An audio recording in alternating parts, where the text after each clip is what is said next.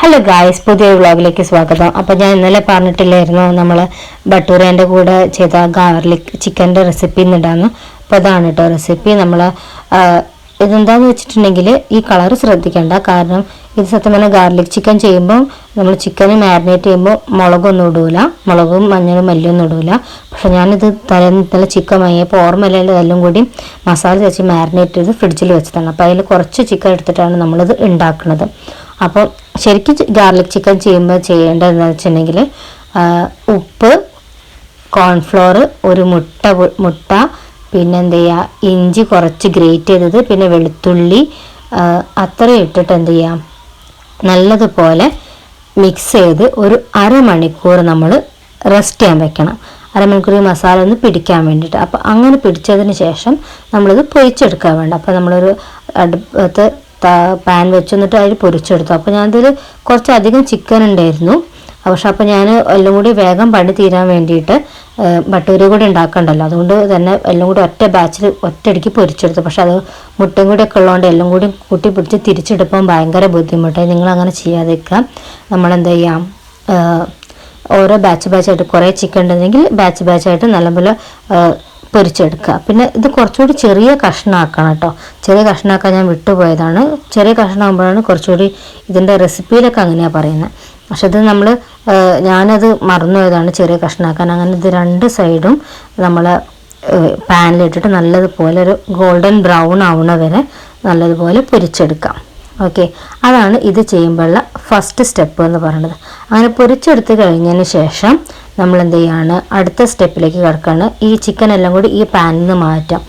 എന്നിട്ട് ഈ പാനിൽ തന്നെ ആയിട്ട് നമ്മൾ അടുത്തതൊക്കെ ചെയ്യാൻ പോകുന്നത്. അതിലേക്ക് എന്താ ചെയ്യണമെന്ന് വെച്ചിട്ടുണ്ടെങ്കിൽ ആദ്യം കുറച്ചധികം വെളുത്തുള്ളിയും പിന്നെ ഇഞ്ചി ചെറുതാക്കി അരിഞ്ഞതും, വെളുത്തുള്ളി എന്ത് ചെയ്യുക, വട്ടത്തിലരിയുക. കാരണം എന്താ വെച്ചിട്ടുണ്ടെങ്കിൽ ഇതൊരു ചൈനീസ് ഡിഷിൽ അധികം വട്ടത്തിലരിഞ്ഞിട്ടാണല്ലോ കാണലുള്ളത്.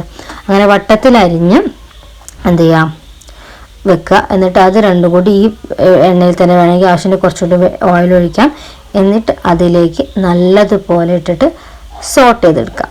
ഓക്കെ, സോട്ട് ചെയ്തെടുത്തതിന് ശേഷം നമ്മൾ എന്ത് ചെയ്യാണ്, അടുത്തുള്ള സവോള നമ്മൾ എങ്ങനെയാണ് ക്വാണ്ടിറ്റി അനുസരിച്ച്, കൂടുതൽ മസാല വേണമെന്നുണ്ടെങ്കിൽ അങ്ങനെ, കുറച്ചാണെങ്കിൽ നിങ്ങൾ താല്പര്യം പോലെ എന്ത് ചെയ്യാം, സവോള നല്ലതുപോലെ ഫൈനായിട്ട് ചോപ്പ് ചെയ്തെടുക്കുക. ഫൈനായിട്ട് ചോപ്പ് എടുത്തതിന് ശേഷം ഈ ഇഞ്ചിയും വെളുത്തുള്ളിയും നല്ലതുപോലെ ആകുമ്പോൾ ഈ സവാളയും കൂടി ഇട്ട് നല്ലതുപോലെ എന്ത് ചെയ്യാം, വഴച്ചെടുക്കാം. നല്ലതുപോലെ അല്ലാതെ ഇതാവണ്ട, നമ്മളൊരു സോഫ്റ്റ് ടെക്സ്ചർ ആവില്ല സവാള. അപ്പോൾ അങ്ങനെ അതിലേക്ക് എന്താ പറയുക, വഴച്ചെടുക്കുക. അങ്ങനെ നമുക്ക് തൽക്കാലം അപ്പം അത് വഴന്ന് വരുന്നവരെ ഒന്ന് വെയിറ്റ് ചെയ്യാം. എന്നിട്ട് നമുക്ക് അടുത്തത് പറഞ്ഞുതരാം കേട്ടോ. ഇത് വളരെ ഈസി ആയിട്ട് ചെയ്യാം, കുറച്ച് സംഭവങ്ങൾ മാത്രമേ ഉള്ളൂ, വളരെ എളുപ്പം കഴിയും ചെയ്യും. പക്ഷെ ഇത് കുറച്ച് നേരം റെസ്റ്റ് ചെയ്യാൻ വെക്കുന്ന ഒരു ടൈം ഉണ്ടല്ലോ, ഇത് ചിക്കൻ മാരിനേറ്റ് ചെയ്തിട്ട്, അത്ര മാത്രമേ ഇതിലൊരു ടൈം കൺസ്യൂമിങ് ഉള്ളൂ. ബാക്കിയുള്ളതൊക്കെ നമ്മൾ ഈ സംഭവങ്ങളൊക്കെ ചെയ്ത് വെച്ചാൽ ടെപ്പ എന്ന് പറഞ്ഞ് കഴിയും. അങ്ങനെ നമ്മൾ സവാളയും കൂടി ചേർത്ത് വെച്ചിട്ട് എന്ത് ചെയ്തു, നല്ലതുപോലെ വഴറ്റിയെടുത്തു.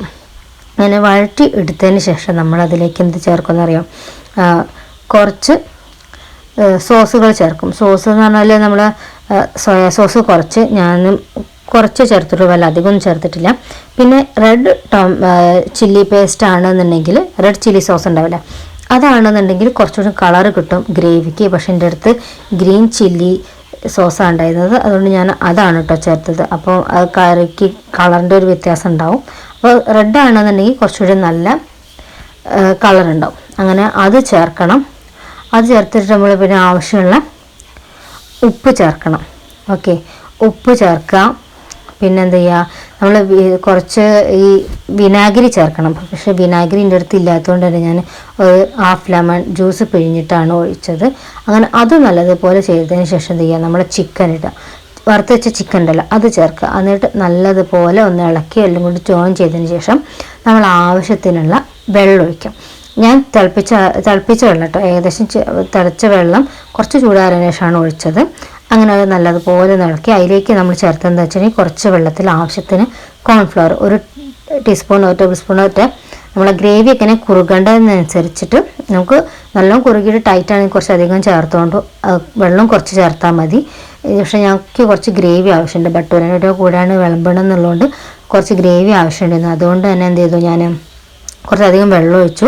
പിന്നെ കോൺഫ്ലോറും വളരെ കുറച്ച് ചേർത്തിട്ടുണ്ടായിരുന്നു. എന്നിട്ട് അതിട്ട് നല്ലതുപോലെ തിളപ്പിച്ച് നമ്മൾ ആവശ്യത്തിന് ഗ്രേവിയിൽ എടുത്ത് നിന്നിട്ട് ഒരു ഗാർണിഷ് വേണ്ടി എന്ത് ചെയ്യും, സ്പ്രിംഗ് ഓണിയൻ കുറച്ച് ഇട്ട് കൊടുത്തു. ഈ ചൈനീസ് ഡിഷിൽ സ്പ്രിംഗ് ഓണിയൻ വളരെ ഇമ്പോർട്ടൻ്റ് ആണ്, നമ്മൾ സ്കിപ്പ് ചെയ്യാൻ പാടില്ല. ഓക്കെ, ഇതെന്തായാലും നന്നായി ഇഷ്ടപ്പെട്ടില്ലേ? നിങ്ങളെല്ലാം ചെയ്ത് നോക്കിയിട്ട് അഭിപ്രായം പറയണം.